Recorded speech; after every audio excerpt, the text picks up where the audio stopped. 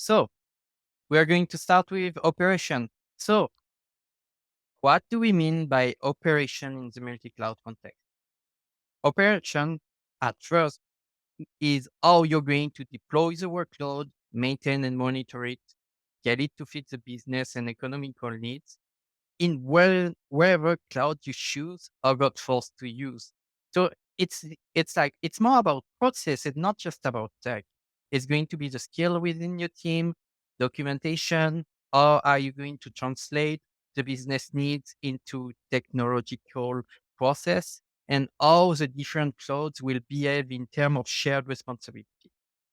Now, why does that matter?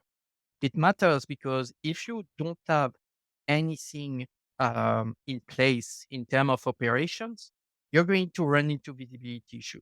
You're going to have undocumented complexity, dark RT, and you're going to have higher risk of painful emergency call that would have been handled much more easier if you were prepared. And on top of that, all of these problems, all of the issues that we are going to talk during this webinar, you're going to see the problem like it's going to enhance the problem. It's going to make them worse. You're going to have an explained cost. You're going to have poor governance, performance issue within your app, the satisfaction of your of your user about your application. So for that, how can you improve this? Well, in order to improve this, there's some stuff you can start working about. One of the first is to adopt cloud management tools. And I mean, we at DoiT have some tools for the cloud spending, but it's not just about the cloud spending. It's about monitoring. It's about how you how you secure your environment. And in that space, you need to tinker with the tools. You need to see what fits you need and then try them all out. Even the third parties, because some of the tools are handled directly from the primary vendor.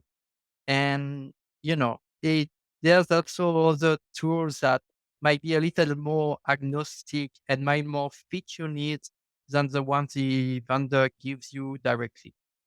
The second point is to standardize the process. And what really mean is to get along with your team, start a Word document or Confluence whenever you use at work, and start developing and enforcing standards. So whether it comes from deployment, scaling, maintenance activities, make sure you know how you're going to do across all your cloud environments. And then after you have, process in paper and stuff, start to automate because a lot of this process you're going to realize are better handled automated than done by hand, whether it is provisioning, backup, security compliance. Because I mean, what is provisioning when when it's just a deployment pipeline, backups, automated backups. You set up the reporting every week. You can set up automated testing, automated load test. All of that is going to help you make sure that your operation runs smoothly. And the last point, the really important point is to train your team because you can't really do what I said without being skilled. So you have to invest at least a minimum in training. You need to set up course. You need to tell your employees to do some course. If you need, bring expert.